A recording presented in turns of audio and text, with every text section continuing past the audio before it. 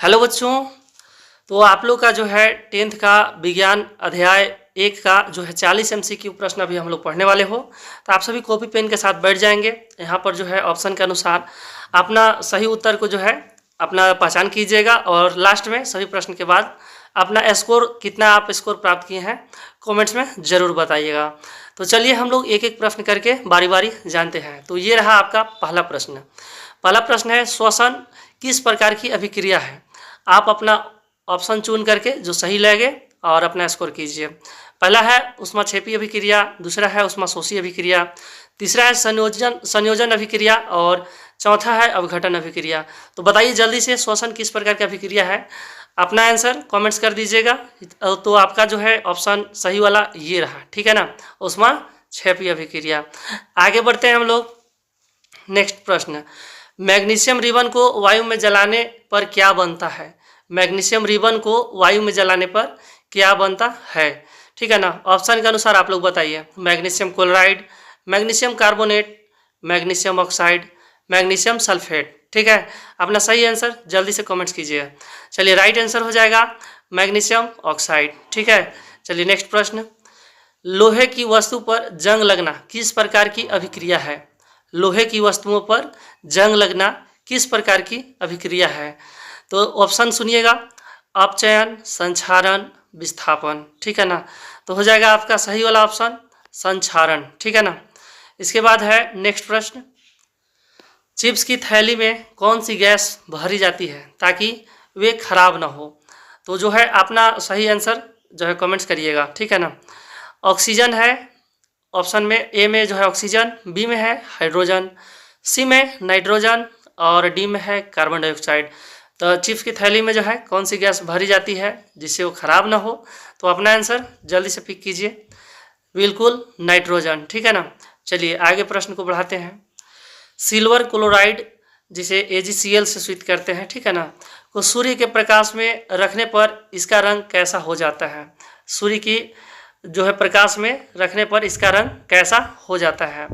तो चलिए आप लोग ऑप्शन के अनुसार जल्दी से बताइए। काला होता है, धूसर होता है, पीला होता है या हरा होता है? चलिए ठीक है ना, जल्दी से अपना आंसर पिक कर लीजिए। राइट आंसर हो जाएगा धूसर, ठीक है ना। चलिए आगे हम लोग बढ़ते हैं।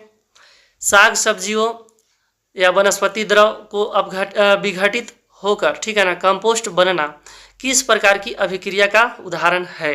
अपना ऑप्शन आपके सामने है, आप लोग अपना ऑप्शन से सही उत्तर को चयन कीजिए। ऊष्माक्षेपी, ऊष्माशोषी, द्विविस्थापन या संयोजन, ठीक है।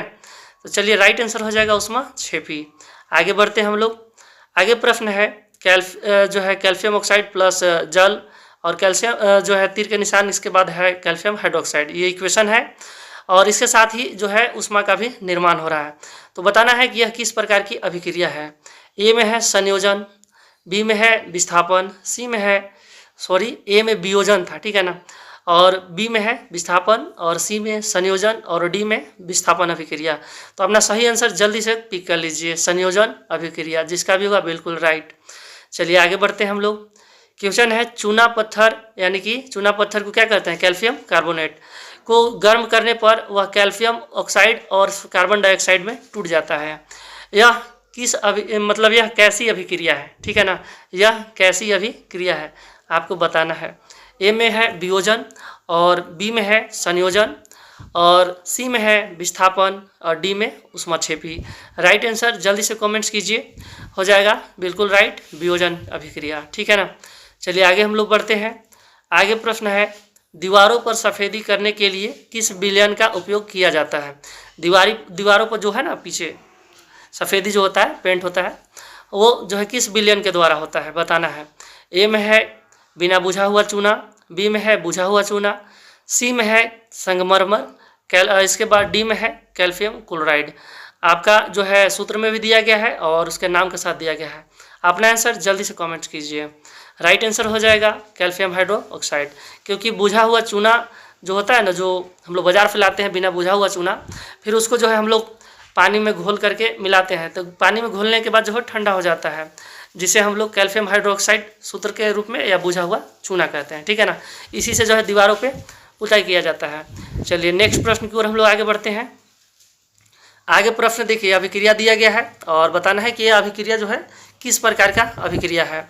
जैसे फेरस है, फेरस के साथ कॉपर सल्फेट है, अभिक्रिया के पश्चात जो है फेरस सल्फेट बन जाता है और कॉपर अलग हो जाता है। तो यह जो है किस प्रकार के अभिक्रिया है। तो यहाँ पर देखिए ध्यान से, फेरस जो है कॉपर को विस्थापित कर दे रहा है, ठीक है ना, और सल्फेट के साथ जो है संयोजित हो जा रहा है, जुड़ जा रहा है, ठीक है ना। तो यानी कि यहाँ पर विस्थापित होने का काम हो रहा है। तो यह कौन सा अभिक्रिया हो जाएगा, आप लोग जल्दी से अपना कमेंट्स कीजिए आंसर। तो इसका ऑप्शन जो सही वाला हो जाएगा विस्थापन, ठीक है ना, क्या हो जाएगा विस्थापन। आगे प्रश्न को हम लोग बढ़ाते हैं। आगे प्रश्न है, यहाँ पर देखिए सोडियम सल्फेट है, ठीक है ना, और साथ में बेरियम क्लोराइड और तीर का निशान यानी कि अभिक्रिया हुआ। अभिक्रिया के पश्चात बेरियम सल्फेट बन गया और साथ में सोडियम क्लोराइड बन गया। तो ये किस प्रकार की अभिक्रिया है। यहाँ पर ध्यान दीजिएगा, अभिक्रिया में तो सल्फेट के साथ जो है शुरू में जो है सोडियम है और अभिक्रिया के पश्चात देखिए सल्फेट के साथ बेरियम हो गया। इसके बाद हम लोग फिर देखते हैं बेरियम क्लोराइड को। तो बेरियम जो है क्लोराइड के साथ जुड़ा है, जबकि अभिक्रिया के पश्चात जो है क्लोराइड के साथ सोडियम हो गया है। तो बताइए यहाँ पर दो बार विस्थापन हुआ, कई बार दो बार विस्थापित हुआ, ठीक है ना। तो ये किस प्रकार की अभिक्रिया हो जाएगा, द्विविस्थापन। आप इसके साथ कॉन्सेप्ट को भी अच्छे से समझते चलेंगे, ठीक है ना, ताकि एग्जाम में आपका क्वेश्चन है तो आप अच्छे से उसको पकड़ बनाएं और सही आंसर ही चुनें। चलिए, तो इसका सही आंसर आप लोग पता चल चुका होगा, द्विविस्थापन। चलिए आगे बढ़ते हैं हम लोग। आगे प्रश्न है बेरियम सल्फेट, ठीक है ना, बेरियम सल्फेट का अवक्षेप किस रंग का होता है। बेरियम सल्फेट का रंग जो होता है कौन सा रंग का होता है। तो अपना आंसर कमेंट्स कीजिए जल्दी से। सही आंसर हो जाएगा सफ़ेद, क्या हो जाएगा सफ़ेद। आगे बढ़ते हैं।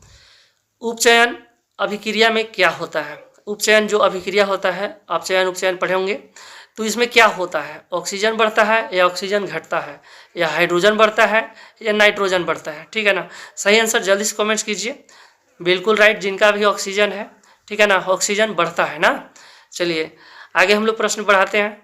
नेक्स्ट प्रश्न है, अपचयन अभिक्रिया जो है में क्या होता है। अपचयन अभिक्रिया में क्या होता है, ऑक्सीजन बढ़ता है, ऑक्सीजन की कमी होती है, या हाइड्रोजन की कमी होती है, या कोई बदलाव नहीं होता है, ठीक है ना।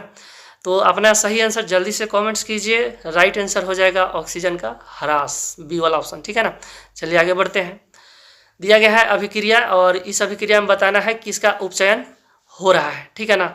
यहाँ पर कॉपर ऑक्साइड है और प्लस हाइड्रोजन है, और इसके बाद टूट करके जो है कॉपर अलग हो जाता है और जल के साथ जल का निर्माण होता है, ठीक है ना। तो यहाँ पर हम लोग को जानना है किसका उपचयन हो रहा है। उपचयन किसका होता है, जिसके साथ ऑक्सीजन जुड़ जाता है। तो उपचयन यहाँ पर किसका हुआ, हाइड्रोजन का। किसका हुआ, हाइड्रोजन का, ठीक है ना। चलिए आगे बढ़ते हैं हम लोग। ढेर जूम हो गया, चलिए ये रहा। चलिए ठीक है बच्चा, आगे हम लोग बढ़ते हैं। अगला प्रश्न है,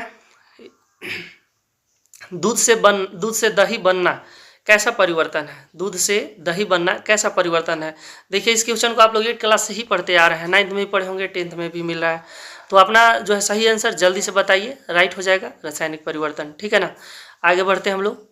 लेड नाइट्रेट को गर्म करने पर भूरे रंग का धुआं निकलता है, वह कौन सी गैस होती है, बताना है, ठीक है।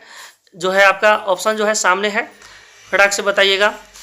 जो है ए में है ऑक्सीजन और बी में है नाइट्रोजन, सी में है नाइट्रोजन ऑक्साइड और डी में जो है दिया गया है आपका कार्बन डाइऑक्साइड, ठीक है ना। तो सही आंसर जल्दी से पिक कीजिए। राइट हो जाएगा नाइट्रोजन ऑक्साइड, ठीक है ना। देखिए सी वाला। चलिए आगे बढ़ते हैं हम लोग। आगे प्रश्न है, जल यानी कि H2O का विद्युत अपघटन करने पर कैथोड यानी कि ऋणात्मक जो इलेक्ट्रोड होता है उस पर जो है कौन सी गैस मुक्त होती है। H2O मतलब जल जो होता है उसमें जो हम विद्युत अपघटन करते हैं तो कौन सी गैस बनता है, ठीक है ना। तो उस पर जो है हाइड्रोजन गैस बनता है। कौन सा गैस बनता है, हाइड्रोजन। और इसी जगह पे अगर के ऋणात्मक जगह पे धनात्मक की बात किया जाए तो वहाँ पर ऑक्सीजन गैस बनता है, क्योंकि जल में कौन कौन से तत्व होते हैं, या तो या कह रहे हैं हाइड्रोजन भी होता है और ऑक्सीजन भी होता है। तो जो है हाइड्रोजन किस पे बन गया, कैथोड पर, और ऑक्सीजन किस पे बनेगा, एनोड पर बनेगा, ठीक है ना, जो धनात्मक इलेक्ट्रोड होते हैं। चलिए आगे बढ़ते हैं हम लोग। देखिए आगे सेम क्वेश्चन दे दिया जो हम आपको पीछे बताए थे, तो इसका आंसर आप लोग अपना कमेंट्स में कर दीजिएगा, ठीक है ना। एक बार प्रश्न को पढ़ देते हैं। जल में वैद्युत अपघटन में एनोड पर कौन सी गैस मुक्त होती है, ठीक है। अपना सही आंसर कमेंट्स कर दीजिएगा। देखिए आगे प्रश्न है, जल सिल्वर ब्रोमाइड का उपयोग मुख्य रूप से कहाँ होता है। देखिए सिल्वर ब्रोमाइड का उपयोग कहाँ होता है। पहला दिया गया है श्याम श्वेत फोटोग्राफी में, मतलब कि जो ब्लैक एंड व्हाइट फोटोग्राफी होता है उसमें। बी में है खाना पकाने में, सी में है जल शुद्धिकरण में, और डी में है दवाइयों में। ठीक है ना। तो जो है सिल्वर ब्रोमाइड का उपयोग जो है ना पहले से ही किया जा रहा है, और इसका उपयोग जो है फोटो जो है क्लीन करने में किया जाता है, फोटोग्राफी में किया जाता है, जो ब्लैक एंड व्हाइट फोटो होता है ना उसके लिए स्पेशल। तो राइट आंसर हो जाएगा आपका श्याम श्वेत फोटोग्राफी, यानी कि ब्लैक एंड व्हाइट फोटोग्राफी। ठीक है ना। चलिए आगे बढ़ते हैं। लोहे की कील को कॉपर सल्फेट के नीले विलयन में डुबाने पर किस रंग डुबाने पर विलयन का रंग जो है कैसा हो जाता है। ऑप्शन आपके सामने है, सही आंसर जल्दी से कमेंट्स कीजिए। लाल है, हल्का हरा यानी कि मलिन हो जाएगा, पीला हो जाएगा, रंगीन हो जाएगा। ठीक है। तो चलिए राइट आंसर हो जाएगा आपका हरा, हल्का हरा। ठीक है ना। चलिए अगला प्रश्न बढ़ते हैं हम लोग। प्रश्न है, कॉपर के चूर्ण को हवा में गर्म करेंगे तो वह उस पर जो है किस रंग की परत चढ़ जाएगी। जो कॉपर होता है ना उसको जो है हम लोग हवा में गर्म करेंगे तो किस रंग का उस पर परत चढ़ जाएगा। तो आप लोग जल्दी से अपना आंसर कमेंट्स कीजिए। ऑप्शन आपके सामने है, सफ़ेद, हरी, काली, भूरी। ठीक है ना। तो राइट आंसर हो जाएगा काली। आगे बढ़ते हैं। जूम हो जा रहा है जी बार बार, रुकिए इसको छोट करते हैं। चलिए हो गया। आगे प्रश्न है, वसा युक्त या तैलीय खाद्य सामग्री को लंबे समय तक रखने पर उसका स्वाद और गंध में बदलाव आना क्या कहलाता है। बहुत ही इम्पोर्टेंट प्रश्न है। ठीक है बच्चा, आपका ऑप्शन सामने है, अपना सही उत्तर जो है कमेंट्स कीजिए। सही ऑप्शन जो है जल्दी से पिक कीजिए। ए में है विकृत गंधिता, और बी में है संक्षारण, और सी में है किण्वन, और डी में दिया गया है अवक्षेपण। सही उत्तर हो जाएगा विकृत गंधिता। आगे बढ़ते हैं। आगे प्रश्न है, विकृत गंधिता रोकने के लिए खाद्य पदार्थों में क्या मिलाया जाता है। ए में है उत्प्रेरक, बी में है प्रतिऑक्सीकारक, और सी में है जल, और डी में है अम्ल। ठीक है ना।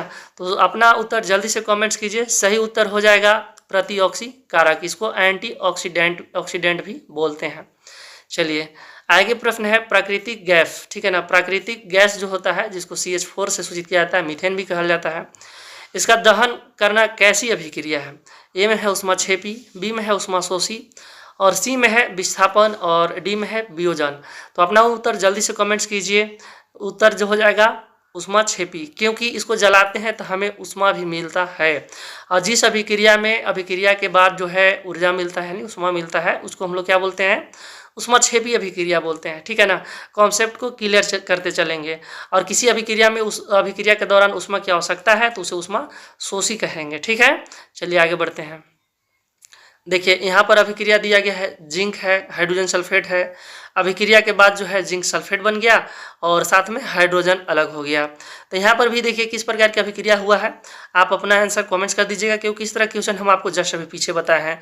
बाकी चलिए इसका राइट आंसर हो जाएगा विस्थापन, सी वाला। ठीक है ना। चलिए आगे बढ़ते हैं।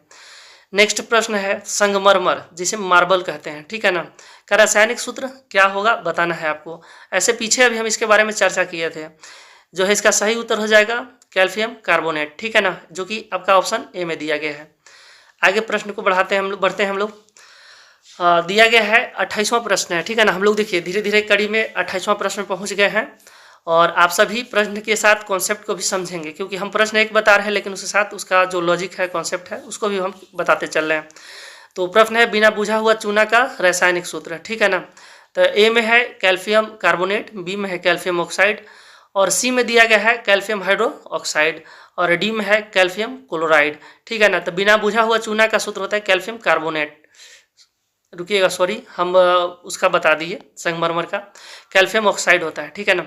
चलिए नेक्स्ट हो जाएगा, बुझे हुए चूने का रासायनिक सूत्र। बुझे हुए चूने को देखिए, बिना बुझा हुआ चूना जो होता है वो होता है कैल्शियम ऑक्साइड, और जब उसको हम लोग पानी में डालते हैं तो क्या बन जाता है। अभी जस्ट हम पीछे एक क्वेश्चन में चर्चा किए थे दीवार की पुताई के लिए। ठीक है ना। तो हम लोग किस पदार्थ से दीवार की पुताई करते हैं, किस विलयन से, तो होता है कैल्शियम हाइड्रोक्साइड। तो बुझा हुआ चूना क्या हो जाएगा, कैल्शियम हाइड्रोक्साइड। ठीक है ना। आपका ऑप्शन नंबर सी में दिया गया है। आगे बढ़ते हैं हम लोग। दानेदार जस्ते यानी कि दानेदार जिंक, ठीक है ना, पर तनु सल्फ्यूरिक अम्ल डालने पर कौन सी गैस निकलेगी? यानी कि जो जिंक है ओकरा पर सल्फ्यूरिक अम्ल डालेंगे तो उसके साथ जो है कौन सा गैस मुक्त होगा? ऑप्शन है आपके सामने, हाइड्रोजन है, ऑक्सीजन है, कार्बन डाइऑक्साइड है, नाइट्रोजन है, ठीक है ना। तो अपना सही आंसर जल्दी से कमेंट्स कीजिए, ठीक है ना। हाइड्रोजन गैस मुक्त होती है, ठीक है। चलिए आगे बढ़ते हैं। देखिए आगे प्रश्न है, हाइड्रोजन और ऑक्सीजन मिल करके, ठीक है ना, और किस चीज़ का निर्माण किए? जल का निर्माण किए। तो ये किस प्रकार की अभिक्रिया है बताना है। तो यहाँ पर आपको कॉन्सेप्ट क्लियर करते चलते हैं, ठीक है ना। देखिए वियोजन का मतलब होता है एगो यौगिक है और वो टूट करके दो या दो से अधिक पदार्थों का निर्माण करेगा, तो उसे हम लोग वियोजन कहेंगे, जो कि ऑप्शन ए में दिया गया है। बी में है दो या दो से संयोजन है, तो संयोजन किसे कहेंगे? जब दो या दो से अधिक जो है यौगिक मिल करके और एक यौगिक का निर्माण करेगा, उसे हम लोग क्या कहेंगे? संयोजन अभिक्रिया कहेंगे, जो कि हम लोग का क्वेश्चन के अनुसार सही ऑप्शन बी हो जाएगा, ठीक है ना। चलिए आगे बढ़ते हैं हम लोग।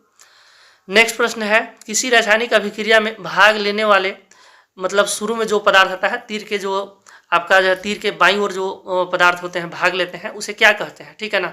तो जो भाग लेते हैं उसे अभिकारक कहते हैं। क्या कहते हैं? अभिकारक। अभिक्रिया के पश्चात जिस पदार्थ का निर्माण होता है उसे उत्पाद कहते हैं। क्या कहते हैं? उत्पाद। तो यहाँ पर आपका जो है दो प्रश्न साथ में क्लियर हो जा रहा है। तो इसका सही आंसर क्या होगा, आप लोग जो है कॉमेंट्स कर दीजिएगा फटाक से, ठीक है ना। इसका हम सही ऑप्शन जो है ऑप्शन दिया गया है, आप बताइएगा और हम कॉमेंट्स में देखेंगे आप लोग का उत्तर। चलिए आगे प्रश्न है, अभिक्रिया के फल स्वरूप बनने वाले नए पदार्थ को क्या कहते हैं? मतलब अभिक्रिया के बाद जो पदार्थ प्राप्त होगा उसे क्या कहेंगे? इसका भी आप लोग जो है आंसर कमेंट में करिएगा। बाकी हमारा पीपीटी है तो आपको सही आंसर दिख ही जाएगा। चलिए अगला प्रश्न है, कंकाली रासायनिक समीकरण किसे कहते हैं? देखिए जब रासायनिक समीकरण जो होता है ना, शब्द के रूप में होता है, उसे प्रतीक के रूप में जब हम लोग लिखते हैं तो द्रव्यमान संरक्षण के नियम के अनुसार हमें उसे संतुलित करना होता है। क्या करना होता है? संतुलित करना होता है।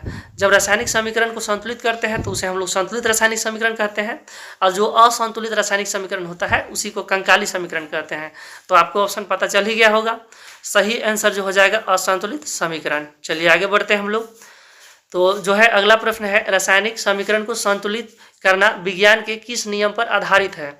आपको अभी तुरंत बता दिए हैं, द्रव्यमान संरक्षण के नियम के अनुसार ये जो है आधारित है विज्ञान के अनुसार, ठीक है ना। चलिए आगे बढ़ते हैं। देखिए जिन अभिक्रियाओं में ऊर्जा अवशोषित होती है उन्हें क्या कहते हैं? तो आपको अभी जस्ट कॉन्सेप्ट क्लियर किए थे कि जिस अभिक्रिया में अभिक्रिया के पश्चात ऊर्जा बनता है उसे हम लोग ऊष्माक्षेपी बोलते हैं, और जिसमें ऊर्जा की आवश्यकता होती है अभिक्रिया करने के लिए उसे क्या कहेंगे? ऊष्माशोषी कहेंगे। क्या कहेंगे? ऊष्माशोषी। तो यहाँ पर अवशोषित करने की बात कहा जा रहा है, मतलब उसको ऊष्मा चाहिए अभिक्रिया करने के लिए, तो यहाँ पर सही उत्तर हो जाएगा आपका ऊष्माशोषी अभिक्रिया। चलिए आगे बढ़ते हैं। लोहे पर जंग लगने, मतलब जिसे संक्षारण, मतलब जंग लगेगा ना तो उसे हम लोग संक्षारण कहेंगे। तो संक्षारण से बचाव के लिए हमें क्या उपाय किया जा सकता है? ऑप्शन के अनुसार बताना है। ए में है पेंट लगाना, और बी में है तेल या ग्रीफ लगाना, और सी में है गैल्वेनीकरण। गैल्वेनीकरण का मतलब होता है जस्ते की, यानी कि जिंक की परत हम लोग चढ़ा देते हैं तो उसी को कहा जाता है गैल्वेनीकरण, ठीक है ना। गैल्वेनीकरण क्या है आपका, इस तरह से भी प्रश्न पूछा जा सकता है। तो किसी भी मतलब पदार्थ पे जो है हम लोग जस्तीकरण करते हैं, यानी कि जस्ता जिंक के परत चढ़ाते हैं तो वो गैल्वेनीकरण कहा जाता है, ठीक है ना। और डी में है इनमें से सभी, यानी उपरोक्त सभी। तो सही उत्तर हो जाएगा सभी। देखिए सभी की मदद से हम लोग जो है लोहे में जंग लगने से बचाते हैं। चलिए आगे बढ़ते हैं। नेक्स्ट प्रश्न है, कॉपर सल्फेट के विलयन का रंग सामान्यतः कैसा होता है? जो कॉपर सल्फेट होता है ना उसका विलयन सामान्यतः कैसा होता है? आप लोग ऑप्शन आपके सामने है, पढ़ लीजिए फटाक से। नीला, हरा, लाल, पीला। तो चलिए सही आंसर हो जाएगा नीला। कैसा हो जाएगा? नीला। आगे प्रश्न है, जल के अणु में हाइड्रोजन और ऑक्सीजन के आयनों का अनुपात बताना है। देखिए आप लोग इस प्रश्न को जो है 9th क्लास में भी पढ़े हैं और आपको 10th में भी मिल रहा है, और ये सभी प्रश्न बहुत ही महत्वपूर्ण है, तो सभी अच्छे से समझते चलेंगे, ठीक है ना। इसमें जो है हाइड्रोजन और ऑक्सीजन के आयनों का अनुपात पूछा गया है, ठीक है ना। हाइड्रोजन कैगो है? 2 गो। ऑक्सीजन कैगो है? 1 गो। तो आप लोग अपना अनुपात जल्दी से बताइए। सही उत्तर हो जाएगा 2:1, क्योंकि हाइड्रोजन कितना है? 2, और ऑक्सीजन कितना है? 1, तो 2:1 बन गया। आगे प्रश्न है, निम्नलिखित में से कौन सा एक भौतिक परिवर्तन नहीं है? भौतिक परिवर्तन समझ लीजिए किसे कहते हैं। देखिए, भौतिक परिवर्तन हम लोग उसे बोलते हैं जिसमें ऐसा परिवर्तन होता है कि वस्तु में मतलब पदार्थ में जो है उसका कलर बदल जाएगा, उसका रंग रूप बदल जाएगा, उसका जो है स्वाद बदल जाएगा, ठीक है ना। तो उसे हम लोग क्या कहते हैं? भौतिक परिवर्तन कहते हैं। तो सॉरी, उल्टा बोल दी, उसे रासायनिक परिवर्तन कहते हैं। और जिसका जो है स्वाद वगैरह नहीं बदलेगा, उसका प्रकृति नहीं बदलेगा, उसे हम लोग भौतिक परिवर्तन कहते हैं। तो इसमें से भौतिक परिवर्तन कौन कौन है बताना है हम लोग के। देखिए, जल का उबल कर वाष्प बनना, ये देखिए भौतिक परिवर्तन है, इसे हम लोग पुनः प्राप्त कर सकते हैं, ठीक है ना। पुनः हम लोग जिसे प्राप्त कर सकते हैं उसे भौतिक परिवर्तन कहते हैं। बर्फ का पिघलना भी क्या है? भौतिक परिवर्तन है, क्योंकि बर्फ पिघलेगा फिर से हम उसको जमा सकते हैं, ये भौतिक परिवर्तन हो गया। इसे हम लोग पुनः उसी अवस्था में ला सकते हैं। यदि हम पदार्थ को पुनः वही अवस्था में ला पा रहे हैं तो ये क्या हो जाएगा? भौतिक परिवर्तन। और यदि हम पदार्थ को बदलाव करने के बाद दूसरी अवस्था में नहीं ला सकते हैं तो वो जो है रासायनिक परिवर्तन हो जाएगा। सी में है जल में नमक का घुलना। देखिए, पानी में नमक घुलेगा तो उसे हम लोग नमक को और पानी को वाष्पीकरण विधि से अलग कर सकते हैं, और फिर से चाहे तो हम लोग उसे मिश्रित कर सकते हैं, मिला सकते हैं। तो ये जो 3 ऑप्शन हुआ आपका ए, बी और सी, ये सभी किसके हैं? भौतिक परिवर्तन के। तो हमें जो है उत्तर खोजना है भौतिक परिवर्तन का नहीं होना चाहिए, यानी कि रासायनिक परिवर्तन का। तो डी ऑप्शन है एलपीजी, यानी कि द्रवित पेट्रोलियम गैस का दहन। यानी कि एलपीजी जो गैस होता है हमारे घरों में, जिसे पे हम लोग के घर में खाना पकता है, तो गैस को यदि हम जलाते हैं तो वहाँ पर कौन सा परिवर्तन हुआ? रासायनिक परिवर्तन, ठीक है ना। यानी कि भौतिक परिवर्तन नहीं है वो। तो हम लोग का सही उत्तर हो जाएगा द्रवित पेट्रोलियम गैस, ठीक है ना। लिक्विफाइड पेट्रोलियम गैस भी कहा जाता है इसको इंग्लिश में, और शॉर्ट में इसको एलपीजी भी कहते हैं। तो सही उत्तर हो जाएगा डी, ठीक है ना। बाकी बच्चों, आपका 40 प्रश्न जो है सभी खत्म हो गया है। आप सभी जो है पूरे टेस्ट सीरीज को अच्छे से देखे होंगे। बाकी इसी तरह से आप भी चाहते हैं कि अपना टेस्ट को जो है ऑनलाइन दीजिए, तो टेलीग्राम लिंक जो है आपका डिस्क्रिप्शन में दिया गया है, टेलीग्राम पे ज्वाइन होइए। वहाँ से आपको टेस्ट देने के लिए लिंक उपलब्ध है, आप वहाँ से जाकर टेस्ट दीजिए और अपना अभ्यास को जो है मजबूत कीजिए और निरंतर पढ़ाई पे ध्यान दीजिए। चलिए मिलते हैं किसी नेक्स्ट वीडियो में।